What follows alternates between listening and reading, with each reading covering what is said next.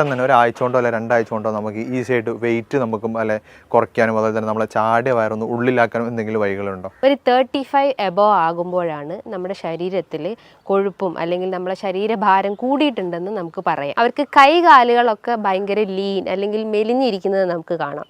പക്ഷെ അവർ വയറ് നോക്കുമ്പം ചാടിയിരിക്കുന്നത് അല്ലെങ്കിൽ ഒരു പോട്ട് ബെല്ലി സ്ട്രക്ചറിലേക്ക് കാണപ്പെടുന്നുണ്ട്. കൊഴുപ്പ് അടിഞ്ഞു കൂടേണ്ട ആ ഒരു ടൈമിംഗ് പീരീഡ് തന്നെ വളരെ ഷോർട്ടാണ്. അതുമൂലം അവർക്ക് വെയിറ്റ് കുറയുന്നതാണ് സംഭവിക്കുന്നത്. നമുക്ക് ഓട്സ് വെച്ചിട്ട് അല്ലെങ്കിൽ ഓംലെറ്റ് ഒക്കെ ഉണ്ടാക്കുന്നത് നല്ലതാണ്.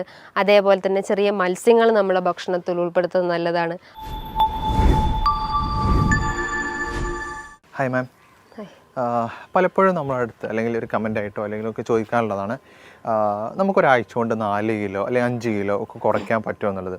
പ്രത്യേകിച്ച് നമ്മളെ ഒരു വെഡ്ഡിംഗ് ഒക്കെ വരികയാണെങ്കിൽ, നമ്മളെ സ്വന്തം വെഡ്ഡിംഗ് ആണെങ്കിലും അല്ലെങ്കിലൊക്കെ പല ആളുകളും ചോദിക്കാറുണ്ട്, നമുക്ക് ഒരു ഇഷ്ടപ്പെട്ട ഡ്രസ്സൊക്കെ ധരിക്കണമെങ്കിൽ ഒന്ന് ഈ ചാടിയ വയറൊന്ന് ഉള്ളിലാവണം, അതിനൊരാഴ്ച കൊണ്ട് എന്തെങ്കിലും മെത്തേഡ്സ് ഉണ്ടോ, അല്ലെങ്കിൽ 2 ആഴ്ച കൊണ്ട് ഒരു 10 ദിവസം കൊണ്ട് 10 ദിവസത്തിനുള്ളിൽ തന്നെ നമുക്ക് ഇത്രയും കാര്യങ്ങൾ ചെയ്യാൻ പറ്റുമോ എന്ന് പലരും ചോദിക്കാറുണ്ട്. അങ്ങനെ നമുക്ക് ഒരു പെട്ടെന്ന് തന്നെ ഒരാഴ്ച കൊണ്ടോ അല്ലെ 2 ആഴ്ച കൊണ്ടോ നമുക്ക് ഈസി ആയിട്ട് വെയിറ്റ് നമുക്കും അല്ലെ കുറയ്ക്കാനും അതുപോലെ തന്നെ നമ്മളെ ചാടിയ വയറൊന്ന് ഉള്ളിലാക്കാനും എന്തെങ്കിലും വഴികളുണ്ടോ? നമുക്ക് തീർച്ചയായിട്ടും 2 ആഴ്ച കൊണ്ടോ അല്ലെങ്കിൽ ഒരു മാസം കൊണ്ടൊക്കെ നമുക്ക് ഇങ്ങനെ അമിതവണ്ണമൊക്കെ നമുക്ക് കുറച്ച് കൊണ്ടുവരാൻ പറ്റുന്നതാണ്. അപ്പോൾ അതിന് മുന്നേ ആയിട്ട് നമുക്ക് വെയിറ്റ് കൂടാൻ എന്തൊക്കെ കാരണങ്ങളെന്ന് നമുക്കിവിടെ ഡിസ്കസ് ചെയ്യാം. മെയിനായിട്ട് വെയിറ്റ് കൂടാന്ന് പറഞ്ഞു കഴിഞ്ഞാൽ നമ്മളെ ബോഡി വെയിറ്റ് അല്ലെങ്കിൽ ബോഡി മാസ് ഇൻഡെക്സ് ഒരു 35 എബോവ് ആകുമ്പോഴാണ് നമ്മുടെ ശരീരത്തിൽ കൊഴുപ്പും അല്ലെങ്കിൽ നമ്മളെ ശരീരഭാരം കൂടിയിട്ടുണ്ടെന്ന് നമുക്ക് പറയാം. അപ്പോൾ ഈ വെയിറ്റ് കൂടുക എന്ന് പറയുമ്പം നമ്മുടെ ജോയിൻസിനൊക്കെ നോർമലി ഒരു ജോയിൻറ്റിന് ഒരു വെയിറ്റ് ബെയറിങ് കപ്പാസിറ്റി ഉണ്ട്. നമ്മളെ ശരീരത്തിൻ്റെ ഒരു 4 കിലോളം നമ്മളെ ജോയിൻസ് താങ്ങി നിർത്തുന്നുണ്ട്.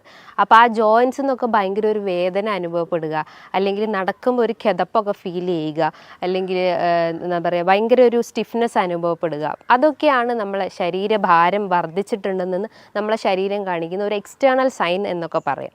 അതേപോലെ തന്നെ ചില ഡ്രസ്സൊക്കെ ഇടുമ്പോൾ നമ്മൾ ഇപ്പോൾ ഇട്ടുകൊണ്ടിരിക്കുന്ന ഡ്രസ്സ് കുറച്ച് കഴിഞ്ഞ് നമ്മൾ വെയിറ്റൊക്കെ കൂടി കഴിഞ്ഞ് നമുക്ക് ഇടാൻ ഭയങ്കര ബുദ്ധിമുട്ടായിരിക്കും, നമുക്ക് ഭയങ്കര ടൈറ്റായിരിക്കും, ചിലർക്ക് വയറായിട്ട് അനുഭവപ്പെടാം.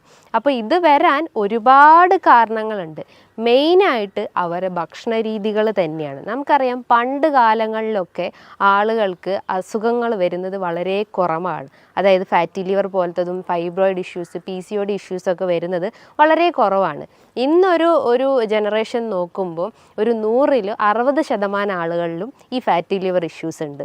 ഒരു 60% ആളുകൾ തന്നെ PCODൻ്റെ ഇഷ്യൂസ് ഉണ്ട്. അപ്പോൾ അതുമൂലം ഇൻഫെർട്ടിലിറ്റി കംപ്ലയിൻസ്, കുട്ടികളില്ലാത്ത ബുദ്ധിമുട്ടുകളൊക്കെ ഇന്ന് വളരെ കോമൺ ആയിട്ടുള്ള കാര്യങ്ങളാണ്. അപ്പോൾ അവരൊക്കെ മെയിൻ ഒരു റീസൺ അല്ലെങ്കിൽ അത് വരാനുള്ള ഒരു റീസൺ എന്ന് പറഞ്ഞു കഴിഞ്ഞാൽ അവരൊരു ബാലൻസ് ഡയറ്റ് അവിടെ മെയിൻറ്റെയിൻ ചെയ്യുന്നില്ല. ഒരു ബാലൻസ് ഡയറ്റ് മെയിൻറ്റെയിൻ ചെയ്ത് കഴിഞ്ഞാൽ നമുക്കൊരുവിധം എല്ലാ അസുഖങ്ങളെയും നമുക്ക് കൺട്രോൾ ചെയ്യാൻ പറ്റുന്നതാണ്. അതായത് ബാലൻസ് ഡയറ്റ് എന്ന് പറയുമ്പം കാർബോഹൈഡ്രേറ്റ്, ഫാറ്റ്സ്, പ്രോട്ടീൻസ്, ഇത് 3ഉം തുല്യ രീതിയിൽ നമ്മളെ ഭക്ഷണത്തിൽ ഉൾപ്പെടുത്തി കഴിഞ്ഞ് കഴിഞ്ഞാൽ നമുക്ക് എല്ലാ അസുഖത്തെയും നമുക്ക് കൺട്രോൾ ചെയ്യാൻ പറ്റും. അപ്പം നമ്മൾ മരുന്നിനെയോ അല്ലെങ്കിൽ മറ്റെന്ത് മെഡിസിൻസിനെയോ ഒന്നും ഡിപ്പെൻഡ് ചെയ്യേണ്ട ആവശ്യമില്ല. ഇന്ന് വെയിറ്റ് കുറയ്ക്കാനും BP-ക്കും ഷുഗറിനും ഫാറ്റി ലിവറിനും ഒക്കെ ഒരുപാട് മെഡിസിൻസ് ഹൈ ഡോസായിട്ട് നമ്മൾ ഡെയിലി കഴിക്കാറുണ്ട്. ആ മെഡിസിൻസിൻ്റെ സൈഡ് എഫക്റ്റ് ആയിട്ട് പല കിഡ്നി സ്റ്റോൺ പ്രശ്നങ്ങളും, വീക്ക്നെസ് അനുഭവപ്പെടുന്നതും, പ്രതിരോധശേഷി കുറയുന്ന പ്രശ്നങ്ങളൊക്കെ ഇന്ന് ആളുകളിൽ കോമൺ ആണ്. അപ്പോൾ അതൊക്കെ ഒന്ന് കുറയ്ക്കാന്ന് പറയുന്നത് നമ്മളെ മെയിനായിട്ട് നമ്മളെ ഭക്ഷണത്തിൽ ഫോക്കസ് ചെയ്താൽ മതി. അപ്പോൾ ഭക്ഷണം നമ്മൾ കൺട്രോൾ ചെയ്ത് കഴിഞ്ഞാൽ തന്നെ നമുക്കൊരുവിധം എല്ലാം നമുക്ക് കൺട്രോൾ ചെയ്യാൻ പറ്റും.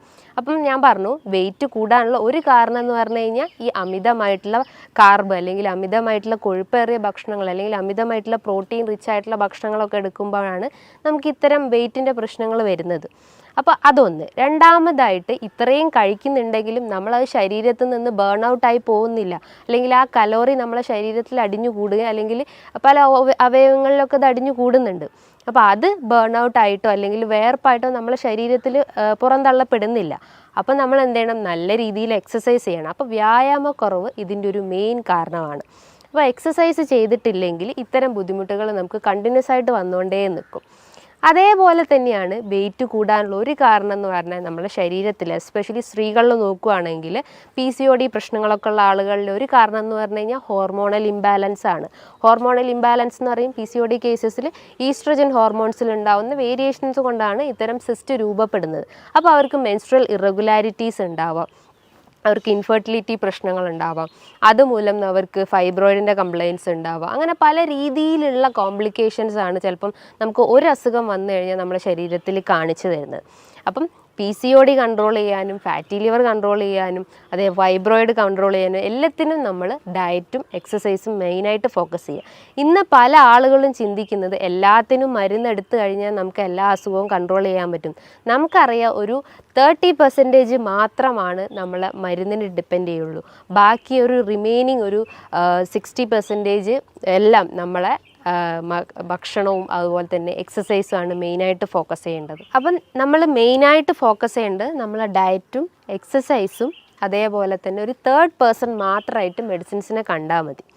ഈ വെയിറ്റ് കൂടി വരുന്ന ആളുകളിൽ അല്ലെങ്കിൽ വെയിറ്റ് കൂടി വരുന്ന ഏറ്റവും കൂടുതൽ ആളുകളിൽ കണ്ടുവരുന്ന ഒരു അസുഖമാണ് ഈ ഫാറ്റി ലിവർ ഇഷ്യൂസ്. അതായത് ഫാറ്റി ലിവർ ഉള്ള രോഗികളിൽ ഒരു ബോഡി സ്ട്രക്ചർ നോക്കുമ്പോൾ അവർക്ക് കൈകാലുകളൊക്കെ ഭയങ്കര ലീൻ അല്ലെങ്കിൽ മെലിഞ്ഞിരിക്കുന്നത് നമുക്ക് കാണാം. പക്ഷെ അവർ വയറ് നോക്കുമ്പം ചാടിയിരിക്കുന്നത് അല്ലെങ്കിൽ ഒരു പോട്ട് ബെല്ലി സ്ട്രക്ചറിലേക്ക് കാണപ്പെടുന്നുണ്ട്. അതായത് പോട്ട് ബെല്ലി സ്ട്രക്ചർ എന്ന് പറയുമ്പം നമ്മൾ ഈ ഒരു വാരിയലിൻ്റെ താഴെയായിട്ട് വയറിങ്ങനെ ചാടിയിരിക്കുന്നത് നമുക്ക് കാണാം. അതിൻ്റെ ഒരു മെയിൻ കാരണം എന്ന് പറഞ്ഞു കഴിഞ്ഞാൽ ലിവർ സംബന്ധമായിട്ടുള്ള എന്തോ ഒരു അസുഖം അയാൾക്ക് വന്നിട്ടുണ്ടെന്ന്. മെയിനായിട്ട് ഫാറ്റി ലിവർ ഇഷ്യൂസ്, അതേപോലെ തന്നെ സിറോസിസ് കംപ്ലയിൻസ് ഉള്ള ആളുകൾ, അതായത് അവർക്ക് ലോവർ അബ്ഡോമൻ നല്ല ബൾജ് ചെയ്തിരിക്കുന്നു അല്ലെങ്കിൽ ഒരു പോട്ട് ബെല്ലി സ്ട്രക്ചർ അല്ലെങ്കിൽ ഒരു സഞ്ചി പോലെയൊക്കെ കാണപ്പെടുന്നുണ്ട്. അപ്പോൾ ഇവർ മെയിനായിട്ട് ഫോക്കസ് ചെയ്യേണ്ടതെന്ന് പറഞ്ഞാൽ നല്ല കൊഴുപ്പുകളെ ഭക്ഷണത്തിൽ സപ്ലൈ ചെയ്യാൻ ശ്രമിക്കുക. അതായത് ഹെൽത്തി ഫാറ്റ് ആയിട്ടുള്ള omega-3 ഫാറ്റി ആസിഡ്സ് അവരെ ഭക്ഷണത്തിൽ എടുക്കാം. അപ്പോൾ ചോദിക്കും omega-3 ഫാറ്റി ആസിഡ്സ് ഏത് ഭക്ഷണത്തിലാണ് അടങ്ങിയിട്ടുള്ളത്? ഒരുവിധം എല്ലാ വീഡിയോസിലും ഓൾമോസ്റ്റ് എല്ലാ ഡോക്ടേഴ്സും പറയുന്നത് തന്നെയാണ് മെയിനായിട്ടുള്ളത്. അതായത് ചെറിയ മത്സ്യങ്ങളിൽ നമുക്ക് omega-3 ഫാറ്റി ആസിഡ്സ് ഉണ്ട്. ചെറിയ മത്സ്യങ്ങൾ എന്ന് പറയുമ്പം അയല, മത്തി, നെത്തോലി, ഇതിൻ്റെ അകത്തൊക്കെ ചെറിയ രീതിയിൽ അതായത് ഒരു 30% അല്ലെങ്കിൽ ഒരു 40% omega-3 ഫാറ്റി ആസിഡ്സ് അടങ്ങിയിട്ടുണ്ട്. അതോടൊപ്പം തന്നെ കാൽഷ്യം അടങ്ങിയിട്ടുണ്ട്. ഈ കാൽഷ്യം കണ്ടന്റ് ഉള്ളത് കൊണ്ട് തന്നെ നമുക്ക് ജോയിൻറ്റ് റിലേറ്റ് ചെയ്തിട്ടുള്ള എന്തെങ്കിലും ഇഷ്യൂസ് അല്ലെങ്കിൽ എല്ല് സതമായിട്ടുള്ള എന്തെങ്കിലും ഇഷ്യൂസ് ഉണ്ടെങ്കിൽ അതൊക്കെ ഒന്ന് കൺട്രോൾ ചെയ്യാൻ പറ്റുന്നതാണ്. അപ്പം നല്ല രീതിയിൽ ഹെൽത്തി ഫാറ്റ്സ് ഭക്ഷണത്തിൽ ഉൾപ്പെടുത്താൻ ശ്രമിക്കുക. അപ്പോൾ അത് നമ്മളെ ഡയറ്റിൽ ഉൾപ്പെടുത്തി കഴിഞ്ഞ് കഴിഞ്ഞാൽ നമുക്ക് ഇത്തരം പോട്ട് ബെല്ലി പ്രശ്നങ്ങളോ അല്ലെങ്കിൽ ഫാറ്റി ലിവർ ഇഷ്യൂസ് ഉണ്ടെങ്കിൽ അതൊക്കെ നമുക്കൊന്ന് കൺട്രോൾ ചെയ്യാൻ പറ്റുന്നത്. അതേപോലെ തന്നെയാണ് അവർ ഭക്ഷണത്തിൽ വൈറ്റമിൻ സി റിച്ച് ആയിട്ടുള്ള ഭക്ഷണങ്ങൾ എടുക്കാൻ ശ്രമിക്കുക. അപ്പോൾ ചോദിക്കും വൈറ്റമിൻ സി എന്തൊക്കെയാണെന്ന്. വൈറ്റമിൻ സി എന്ന് പറഞ്ഞു കഴിഞ്ഞാൽ അസ്കോർബിക് ആസിഡ് അത് അടങ്ങിയിട്ടുള്ള ഭക്ഷണങ്ങൾ എന്ന് പറയുമ്പോൾ എന്താണ്? നാരങ്ങ, മൊസമ്പി, നെല്ലിക്ക, നമ്മളെ തൊടിയിലൊക്കെ ഉണ്ടാകുന്ന നെല്ലിക്ക എന്ന് പറയുമ്പോൾ നമ്മളെ പ്രതിരോധശേഷി വർദ്ധിപ്പിക്കുന്നു, നമ്മളെ ഹെയർ ഗ്രോത്ത് ഇൻക്രീസ് ചെയ്യുന്നു. അതുപോലെ തന്നെ സ്കിന്നിന് എന്തെങ്കിലും ഇഷ്യൂസോ ഡിസ്കളറേഷനോ അല്ലെങ്കിൽ എന്തെങ്കിലും അങ്ങനെ ചുളിവ് പോലെയൊക്കെ വരുന്ന ഇഷ്യൂസൊക്കെ ഉണ്ടെങ്കിൽ അതിനെയൊക്കെ ഒന്ന് കൺട്രോൾ ചെയ്യാൻ വേണ്ടിയിട്ട് നമുക്ക് ഡെയിലി ഒരു 1-2 നെല്ലിക്ക കഴിക്കുന്നത് നല്ലതാണ്. അതേപോലെ തന്നെയാണ് കുട്ടികളിൽ വിരശല്യം എന്ന് വളരെ കോമൺ ആയിട്ടുള്ള ഒന്നാണ്. അപ്പോൾ കുട്ടികളുടെ അമ്മമാർ പറയുന്ന ഒരു ബുദ്ധിമുട്ട് എന്ന് പറഞ്ഞാൽ അവർ പൊക്കിളിന് ചുറ്റായിട്ട് വേദന പറയുന്നു, ഓക്കാനം, ഛർദി, ഫുഡൊന്നും കഴിക്കുന്നില്ല, പെട്ടെന്ന് അവർ വൊമിറ്റ് ചെയ്യുന്നു, അതേപോലെ ഒരു വീക്ക്നെസ് വരുന്നു, വെയിറ്റ് കുറയുന്നു. ഇതൊക്കെയാണ് കുട്ടികളിൽ വിരശല്യം വരുന്നതിൻ്റെ ഒരു ലക്ഷണങ്ങളായിട്ട് പറയുന്നത്. അപ്പോൾ കുട്ടികൾക്കായാലും അവർക്ക് ഡെയിലി ഒരു 1-2 നെല്ലിക്ക കൊടുക്കുന്നത് ഏറ്റവും നല്ലതാണ്. ഇത് അവരെ ദഹന വ്യവസ്ഥ ഇമ്പ്രൂവ് ചെയ്യുന്നു. അതായത് ദഹന സംബന്ധമായിട്ട് എന്തെങ്കിലും ബുദ്ധിമുട്ടുകൾ ഉണ്ടെങ്കിൽ, അതായത് എന്തെങ്കിലും സീലിയാക് ഡിസീസോ അല്ലെങ്കിൽ ലാക്ടോസ് ഇൻടോളറൻസ് പോലത്തെ എന്തെങ്കിലും ബുദ്ധിമുട്ടുകൾ ഉണ്ടെങ്കിൽ ആ ദഹനത്തിനൊന്ന് ഇമ്പ്രൂവ് ചെയ്യാൻ സഹായിക്കുന്നതാണ് ഈ നെല്ലിക്ക എന്ന് പറഞ്ഞിട്ടുള്ള ആ ഒരു ഇന്ത്യൻ ഗൂസ്ബെറി. അതേപോലെ തന്നെയാണ് അവരുടെ ഭക്ഷണത്തിൽ ഫൈബർ റിച്ച് ആയിട്ടുള്ള ഭക്ഷണങ്ങൾ എടുക്കാൻ ശ്രമിക്കുക. ഫൈബർ എന്ന് പറയുന്നത് നല്ല രീതിയിൽ നാരുകൾ അടങ്ങിയിട്ടുള്ളത്, അതായത് പൊമോഗ്രാനൈറ്റ്, ഓറഞ്ച്, മൊസമ്പി, ഗ്രേപ്സ്, വെജിറ്റബിൾസിൽ നോക്കുമ്പം കുക്കുംബർ, ക്യാരറ്റ്, ഇതിനകത്തൊക്കെ ഒരുപാട് ഫൈബർ അടങ്ങിയിട്ടുണ്ട്. ഇത് നമ്മളെ ദഹനത്തിനെ നല്ല രീതിയിൽ ഇമ്പ്രൂവ് ചെയ്യാൻ സഹായിക്കുന്നു. ഇനിയിപ്പോൾ മലബന്ധം പ്രശ്നങ്ങളൊക്കെ ഉള്ള ആളുകളാണെങ്കിൽ എല്ലാ ഡോക്ടേഴ്സും പറയുന്ന ഒന്നാണ് അവർ നല്ല രീതിയിൽ വാട്ടർ ഇൻടേക്ക് എന്ന് വെച്ചാൽ ബോഡി വാട്ടർ ഇൻടേക്ക് നല്ല രീതിയിൽ കൂട്ടുക. അതേപോലെ തന്നെയാണ് ഫൈബർ റിച്ച് ആയിട്ടുള്ള ഭക്ഷണങ്ങൾ എടുക്കാൻ ശ്രമിക്കുക. അപ്പം ഇതും നമ്മളെ ഡയറ്റിൽ ഉൾപ്പെടുത്തി കഴിഞ്ഞ് കഴിഞ്ഞാൽ നമുക്ക് ദഹന സംബന്ധമായിട്ടുള്ള എന്തെങ്കിലും പ്രശ്നങ്ങളുണ്ടെങ്കിൽ അത് കൺട്രോൾ ചെയ്യും. അതോടൊപ്പം തന്നെ നമ്മളെ വെയിറ്റിനെ ഒന്ന് മെയിൻറ്റെയിൻ ചെയ്യാൻ സഹായിക്കുന്നതാണ്. അതേപോലെ തന്നെയാണ് അവരുടെ ഭക്ഷണത്തിൽ പ്രോട്ടീൻ്റെ കണ്ടൻറ്റും ഇൻക്ലൂഡ് ചെയ്യാൻ ശ്രമിക്കുക. പ്രോട്ടീൻ എന്ന് പറയുമ്പോൾ ചെറിയ മത്സ്യങ്ങളാവട്ടെ, നട്ട്സ് ആവട്ടെ, സീഡ്സ് ആവട്ടെ, പംകിൻ സീഡ്സ്, ഫ്ലാക്സ് സീഡ്സ്, ബദാം, ആൽമണ്ട്, ഇതൊക്കെ അവരുടെ ഭക്ഷണത്തിൽ ഉൾപ്പെടുത്തി കഴിഞ്ഞ് കഴിഞ്ഞാൽ അവർക്ക് ഒരുവിധം എല്ലാ ലൈഫ് സ്റ്റൈൽ ഡിസീസസും അവർക്ക് കൺട്രോൾ ചെയ്യാൻ പറ്റും. ഇന്ന് ഒരുവിധം അസുഖങ്ങൾക്കൊക്കെ മെയിൻ കാരണം എന്ന് പറഞ്ഞു കഴിഞ്ഞാൽ അമിതമായിട്ടുള്ള മദ്യപാനമാണ്, അല്ലെങ്കിൽ അമിതമായിട്ടുള്ള പുകവലിയാണ്. അപ്പോൾ ഈ പുകവലിയും മദ്യപാനമാണ് നമ്മളെ ഫാറ്റി ലിവറിനെ ട്രിഗർ ചെയ്യുന്നത്. സിറോസിൻ്റെ ഒരു മെയിൻ വില്ലനായിട്ട് പറയാം, നമുക്ക് ഒരു 10% വില്ലനായിട്ട് നമുക്ക് പറയാം ഈ ഒരു ആൽക്കഹോളിക് അഡിക്ഷൻസ് ആണ്. അപ്പം എല്ലാ അസുഖത്തിനെയും നമുക്ക് തടഞ്ഞു നിർത്താൻ പറ്റുന്നതാണ് നമ്മൾ ഈ പൂർണ്ണമായിട്ടും ആൽക്കഹോളും സ്മോക്കിംഗ് അഡിക്ഷൻസ് ഉണ്ടെങ്കിൽ അത് പൂർണ്ണമായിട്ടും ഒഴിവാക്കാൻ ശ്രമിക്കുക. അതേപോലെ തന്നെ ഈ കുടവയറ് അല്ലെങ്കിൽ അമിതവണ്ണമുള്ള ആളുകളിൽ ഒരു കണ്ടീഷനാണ് ടയേർഡ് ബെല്ലി ഫാറ്റ് എന്ന് പറയും. ടയേർഡ് ബെല്ലി ഫാറ്റ് എന്ന് പറയുമ്പം 2 ടയർ രൂപത്തിലായിട്ട് ഇങ്ങനെ വയറ് കിടക്കുന്നു. ഒന്ന് നമ്മുടെ വാരിയലിൻ്റെ താഴെയായിട്ടും ഒന്ന് നമ്മുടെ ലോവർ അബ്ഡമനിലായിട്ടും ഇങ്ങനെ വയറ് ചാടി കിടക്കുന്നത് കാണാം. ഇതിൻ്റെ ഒരു കാരണം എന്ന് പറഞ്ഞു കഴിഞ്ഞാൽ അവർ നല്ല രീതിയിൽ ഭക്ഷണം കഴിക്കുന്നു, അതായത് അമിതമായിട്ട് വലിച്ചു വാരി കഴിക്കുന്നു. ഒരു പ്രോപ്പർ ടൈമിംഗ് അവിടെ മെയിൻറ്റെയിൻ ചെയ്യുന്നില്ല. ബ്രേക്ക്ഫാസ്റ്റ് എന്ന് പറയുമ്പോൾ നമുക്കറിയാം ഒരു ബ്രെയിൻ ഫുഡായിട്ടാണ് വർക്ക് ചെയ്യുന്നത്. അപ്പോൾ പ്രോപ്പർ ടൈമിങ്ങിൽ ബ്രേക്ക്ഫാസ്റ്റ് കഴിച്ചിട്ടില്ലെങ്കിൽ നമുക്ക് ആ ഒരു ഫുൾ ഡേ റൂട്ടീൻ തന്നെ നമ്മൾ ഡിസോർഡേഡ് ആയിപ്പോകും. കാരണം നമ്മളെ ദഹനത്തിന് അല്ലെങ്കിൽ നമ്മളെ വയറിനറിയാം നമ്മൾ ഇന്ന ടൈമിലാണ് ഫുഡ് കഴിക്കുക. അപ്പോൾ ആ ഒരു ആ ഒരു ഡിസ്ഫങ്ഷൻ തന്നെ അവിടെ കറക്റ്റ് ആവില്ല. പ്രോപ്പറായിട്ട് നമ്മളെ ദഹനം ഫങ്ഷൻ ചെയ്യുന്നില്ല. അപ്പം ബ്രേക്ക്ഫാസ്റ്റ് സ്കിപ്പ് ചെയ്ത് കഴിഞ്ഞാൽ ഇത്തരം ഇഷ്യൂസ് വരാനുള്ള ചാൻസസ് ഉണ്ട്. അതേപോലെ തന്നെ അവർ നല്ല രീതിയിൽ ഈ ഫ്രക്ടോസ് അല്ലെങ്കിൽ നല്ല രീതിയിൽ മധുരമേറിയ ഭക്ഷണങ്ങൾ എടുക്കാൻ ശ്രമിക്കുന്നത്. അതായത് ബിസ്ക്കറ്റ് ഡെയിലി ചിലപ്പോൾ 2 പാക്കറ്റ് ബിസ്ക്കറ്റൊക്കെ കഴിക്കുന്ന ആളുകളായിരിക്കാം. അതേപോലെ കേക്ക്സ്, പേസ്ട്രി, അതേപോലെ ice creams, chocolates, daily 2-3 glass caffeine അല്ലെങ്കിൽ കോഫി കുടിക്കുന്നത്, അതേപോലെ ചായ കുടിക്കുന്നത്, ഇതൊക്കെ ഒരു അഡിക്ഷൻസ് ആയിട്ട് കണ്ടിന്യൂസ് ആയിട്ട് അവർ ഫോളോ ചെയ്തിട്ടുള്ള ആളുകളായിരിക്കും. അപ്പോൾ അത്തരം ആളുകളിലും ഇത്തരം ടയേർഡ് ബെല്ലി ഫാറ്റ് കണ്ടുവന്നിട്ടുണ്ട്. ഇതിനെ അവർ മെയിനായിട്ട് ശ്രദ്ധിക്കേണ്ടത് ഇത്തരം ദുശീലങ്ങളുണ്ടെങ്കിൽ അത് പൂർണ്ണമായിട്ട് ഒഴിവാക്കാൻ ശ്രമിക്കുക. പകരം നല്ല രീതിയിൽ ബെല്ലി എക്സസൈസസ് ചെയ്യാൻ ശ്രമിക്കുക. അതായത് സ്ട്രെച്ചിങ് എക്സസൈസ്, നമ്മളെ മസിലൊക്കെ ഒന്ന് സ്ട്രെച്ച് ചെയ്യുന്ന രീതിയിലുള്ള നല്ല ബെൻഡിങ് എക്സസൈസോ അല്ലെങ്കിൽ സ്കിപ്പിങ്ങോ ജമ്പിങ്ങോ അങ്ങനെ പല രീതിയിലുള്ള എക്സസൈസ് ഫോളോ ചെയ്യാൻ ശ്രമിക്കുക. ഇനിയിപ്പോൾ ഡിസ്ക് ഒക്കെ കംപ്ലൈൻ്റ് ഉള്ള ആളുകളൊക്കെ ആണെങ്കിൽ അവർ ലൈറ്റായിട്ടുള്ള എക്സസൈസ് ഫോളോ ചെയ്യാൻ ശ്രമിക്കുക. ചില രീതിയിലുള്ള യോഗ അല്ലെങ്കിൽ ജസ്റ്റ് ഒരു നടത്തം അല്ലെങ്കിൽ ഒരു ഓട്ടം, ഇതൊക്കെ മെയിനായിട്ട് ഫോക്കസ് ചെയ്യാൻ ശ്രമിക്കുക. അതേപോലെ തന്നെയാണ് ഈ കുടവയർ അല്ലെങ്കിൽ വെയിറ്റ് കൂടി വരുന്ന കുറച്ച് ആളുകളിൽ കണ്ടിട്ടുള്ളതാണ് മോംസ് ബെല്ലി ഫാറ്റ് എന്ന് പറയും. മോംസ് ബെല്ലി ഫാറ്റ് എന്ന് പറയുമ്പോൾ ആ വാക്കുകൊണ്ട് തന്നെ നമുക്ക് ഉദ്ദേശിക്കാം, അതായത് സ്ത്രീകളിൽ പ്രഗ്നൻസി അല്ലെങ്കിൽ ഡെലിവറിക്ക് ശേഷം കാണപ്പെടുന്ന ഒന്നാണ് മോംസ് ബെല്ലി ഫാറ്റ്. ഇതിൻ്റെ ഒരു കാരണം എന്ന് പറഞ്ഞു കഴിഞ്ഞാൽ അവർ ആ ഒരു അബ്ഡോമിനൽ മസിൽസ് നന്നായിട്ട് സ്ട്രെച്ച് ചെയ്യും. ഇപ്പോൾ സിസേറിയൻ സെക്ഷൻ ആയാലും അല്ലെങ്കിൽ നോർമൽ ഡെലിവറി ആയാലും നല്ല രീതിയിൽ ആ മസിൽസ് ഒന്ന് സ്ട്രെച്ച് ചെയ്യാനുള്ള ചാൻസസ് ഉണ്ട്. അപ്പോൾ അതുമൂലമാണ് അവർക്ക് ഈ ഒരു കുടവയർ അല്ലെങ്കിൽ അമിതവണ്ണമൊക്കെ ഡെവലപ്പ് ചെയ്യുന്നത്. അപ്പോൾ അവരും മെയിനായിട്ട് ശ്രദ്ധിക്കേണ്ടത് അവരുടെ എക്സസൈസാണ് മെയിനായിട്ട്. അതേപോലെ തന്നെയാണ് hormonal belly fat. Hormonal belly fat എന്ന് പറയുമ്പം ഈ ഒരു വാക്കും തന്നെ നമുക്ക് ഐഡൻറ്റിഫൈ ചെയ്യാം. ഹോർമോണൽ ഇംബാലൻസ് കൊണ്ട് വരുന്നതാണ്. അതിലൊന്നാണ് PCOD ഇഷ്യൂസ്, രണ്ടാമതാണ് തൈറോയിഡ് ഇഷ്യൂസ്. ഇതുമൂലം അവർ ശരീരത്തിൽ അമിതമായിട്ട് കൊഴുപ്പടിഞ്ഞുകൂടുന്നു. നമുക്കറിയാം PCOD എന്ന് പറയുമ്പോൾ എന്താ, ഡയബറ്റിസ് ഓഫ് ഓവറി എന്നാണ്. ഡയബറ്റിസ് ഓഫ് ഓവറി എന്ന് പറയുമ്പോൾ നമ്മൾ ഓവറിയിൽ ബാധിക്കുന്ന ഒരു പ്രമേഹത്തെയാണ് ഈ PCOD എന്ന് പറയുന്നത്. അതായത് അതിൻ്റെ മെയിൻ ഒരു റീസൺ അല്ലെങ്കിൽ ഒരു മെയിൻ വില്ലൻ എന്ന് പറയുന്നത് ഇൻസുലിൻ റെസിസ്റ്റൻസ് ആണ്. നമ്മൾ കഴിക്കുന്ന ഭക്ഷണത്തിന് എനർജി ആയിട്ട് അവിടെ കൺവേർഷൻ നടക്കുന്നില്ല. അതുമൂലം നമുക്ക് ഗ്ലൂക്കോസ് മോളിക്യൂൾസിന് അല്ലെങ്കിൽ ഇൻസുലിൻ റിസപ്റ്റേഴ്സിന് കറക്റ്റായിട്ട് അത് ഐഡൻറ്റിഫൈ ചെയ്യാൻ പറ്റാത്തൊരവസ്ഥ വരുന്നു. അപ്പോൾ നമ്മൾ ബോഡിയിൽ അമിതമായിട്ട് കൊഴുപ്പ് അടിഞ്ഞുകൂടുന്നു, പല ഓർഗൻസിലായിട്ട് അത് അടിഞ്ഞുകൂടുന്നു. അങ്ങനെ അടിഞ്ഞുകൂടുന്ന ഒരു ഇതിലെയാണ് ഓവറീസിൻ്റെ അകത്ത് അടിഞ്ഞുകൂടുന്നതിനെയാണ് ഡയബറ്റിസ് ഓഫ് ഓവറി. അതുമൂലം സ്ത്രീകൾക്ക് മെൻസ്ട്രൽ ഇറഗുലാരിറ്റി ഉണ്ടാവും. അതായത് ഒരു നോർമൽ സൈക്കിൾ എന്ന് പറയുമ്പോൾ 28 to 35 ഡേയ്സ് ആണ്. അത് അവർക്കൊരു 40 ഡേയ്സോ അല്ലെങ്കിൽ ഒരു 2 മന്തൊക്കെ ഡിലേ ആവുന്ന ചാൻസസ് ഉണ്ട്. ഇനിയിപ്പോൾ പീരീഡ്സ് ആയി കഴിഞ്ഞാലും അവർക്കൊരു 1-2 ഒരു സ്കാൻഡി ബ്ലീഡിങ്, വളരെ സ്പോട്ടിങ് രീതിയിലുള്ള ബ്ലീഡിങ് മാത്രമേ കാണപ്പെടുന്നുള്ളൂ. അതിശക്തമായിട്ടുള്ള വയറുവേദന അനുഭവപ്പെടാറുണ്ട്. അതേപോലെ തന്നെ ഭയങ്കരമായിട്ട് ക്ഷീണം അനുഭവപ്പെടുന്നു. അതിനേക്കാട്ടും വലുതൊന്നാണ് അവർക്ക് ശക്തമായിട്ട് വെയിറ്റ് കൂടുന്നത്. ഫുഡ് കഴിക്കാത്ത ആളുകളായാലും അതായത് നോർമലി ഫുഡ് കഴിക്കുന്ന ആളുകളായാലും അവർക്കും ഇത് വെയിറ്റ് കൂടുന്നത് ഒരു കാരണം എന്ന് പറഞ്ഞു കഴിഞ്ഞാൽ ഇൻസുലിൻ റെസിസ്റ്റൻസ് ആണ്. അതേപോലെ തന്നെയാണ് ഹോർമോണൽ ഇംബാലൻസിൽ വരുന്നതാണ് thyroid related issues. Thyroid related issues എന്ന് പറയുമ്പം തൈറോയിഡ് തന്നെ ഹൈപ്പോർ തൈറോയിഡ്സ് ഉണ്ട്, ഹൈപ്പർ തൈറോയിഡ്സ് ഉണ്ട്.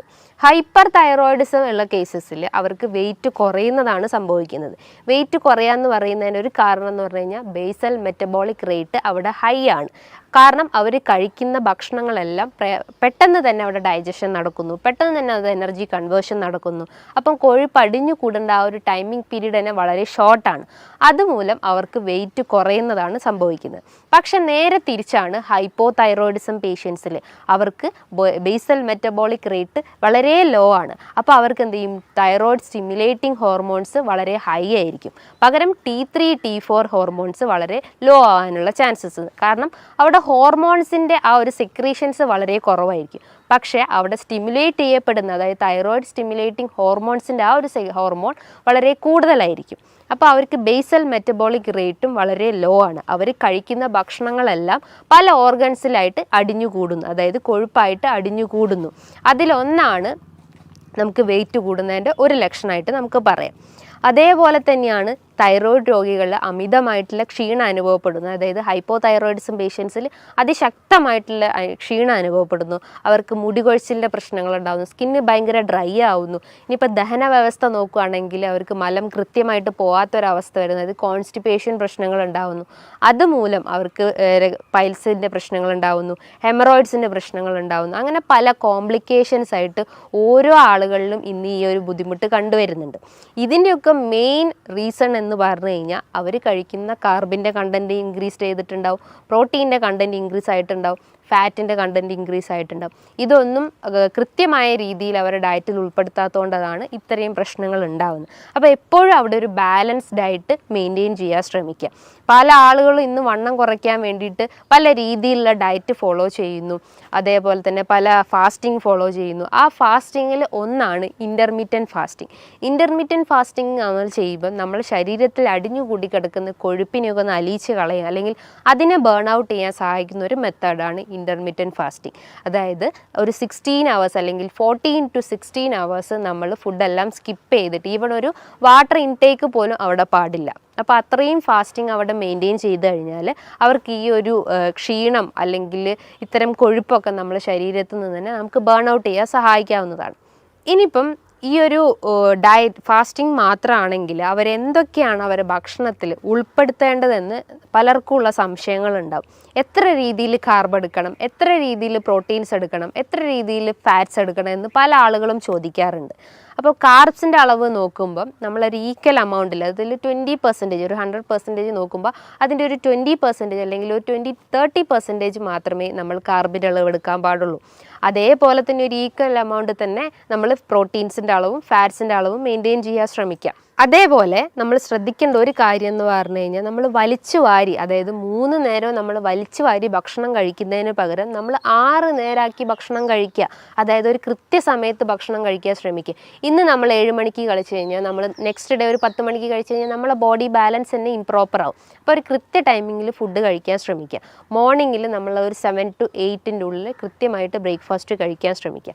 രാവിലെ എഴുന്നേറ്റാൽ ഉടനെ തന്നെ വെറും വയറ്റിൽ ഒരു തിളപ്പിച്ചാറിയ വെള്ളം കുടിക്കാൻ ശ്രമിക്കുക. ആ വാട്ടറിൻ്റെ അകത്തേക്കൊന്നും ആഡ് ചെയ്യേണ്ട ആവശ്യമില്ല.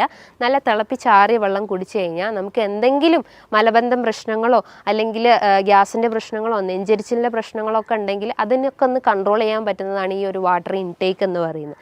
അതിനുശേഷം നമ്മൾക്ക് നമ്മുടെ ബ്രേക്ക്ഫാസ്റ്റ് സ്റ്റാർട്ട് ചെയ്യാവുന്നതാണ്. ഇനിയിപ്പോൾ പ്രമേഹ രോഗികളായാലും തന്നെ അവർ ആ ഒരു കാർബിൻ്റെ അളവൊക്കെ കുറച്ചിട്ട് അവർ നല്ല രീതിയിൽ പ്രോട്ടീൻ്റെ അളവും അല്ലെങ്കിൽ ഫാറ്റ്സിൻ്റെ അളവും മെയിൻറ്റെയിൻ ചെയ്യാൻ ശ്രമിക്കുക. ഇനി ഒരു 11 മണിയാകുമ്പം അവർക്ക് എന്തെങ്കിലും ഒരു ഫ്രൂട്ട്സ് ഐറ്റംസോ അല്ലെങ്കിൽ ഫ്രൂട്ട് സാലഡൊക്കെ ആയിട്ടിട്ട് ഭക്ഷണത്തിൽ ഉൾപ്പെടുത്താവുന്നതാണ്. നമുക്കറിയാം, നമ്മൾ ശ്രദ്ധിക്കേണ്ട ഒരു കാര്യം എന്ന് പറഞ്ഞു കഴിഞ്ഞാൽ നമ്മളെപ്പോഴും ഫ്രൂട്ട്സ് കഴിക്കുമ്പോൾ ജ്യൂസ് ഫോമിൽ കഴിക്കാതിരിക്കുക. ജ്യൂസ് ഫോമിൽ കഴിക്കുമ്പോൾ അതിൻ്റെ ഫൈബർ കണ്ടൻറ്റ് അവിടെ നഷ്ടപ്പെടും.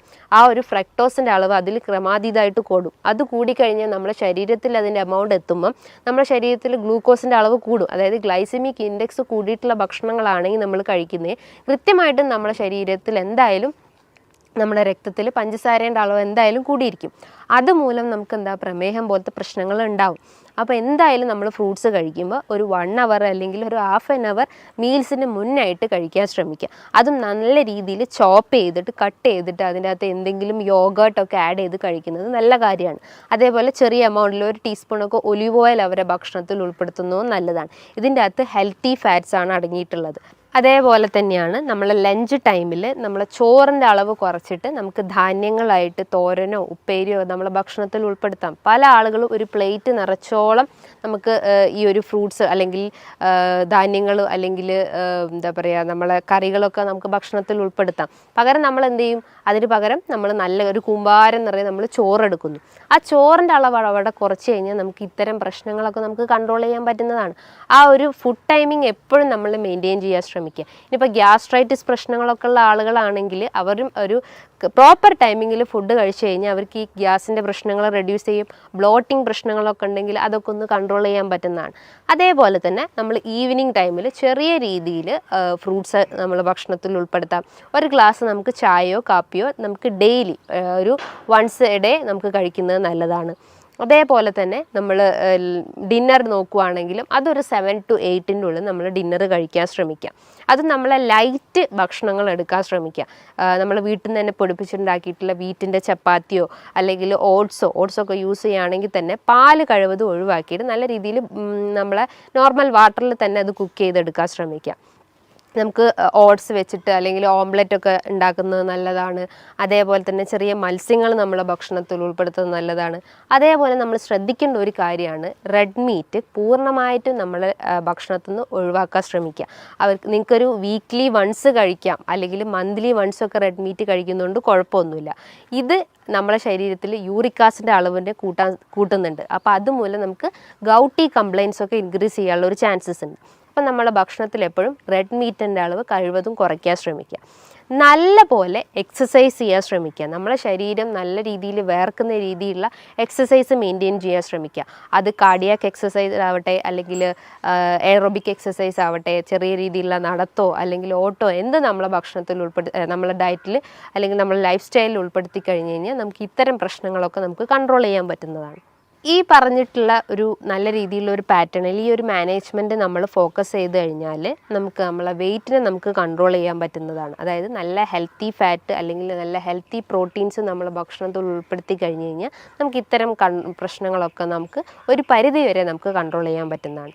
ഇനി ഇതുമായി ബന്ധപ്പെട്ട് നിങ്ങൾക്ക് എന്തെങ്കിലും സംശയങ്ങളുണ്ടെങ്കിൽ താഴെ കാണുന്ന നമ്പറിൽ കോൺടാക്റ്റ് ചെയ്യാവുന്നതാണ്.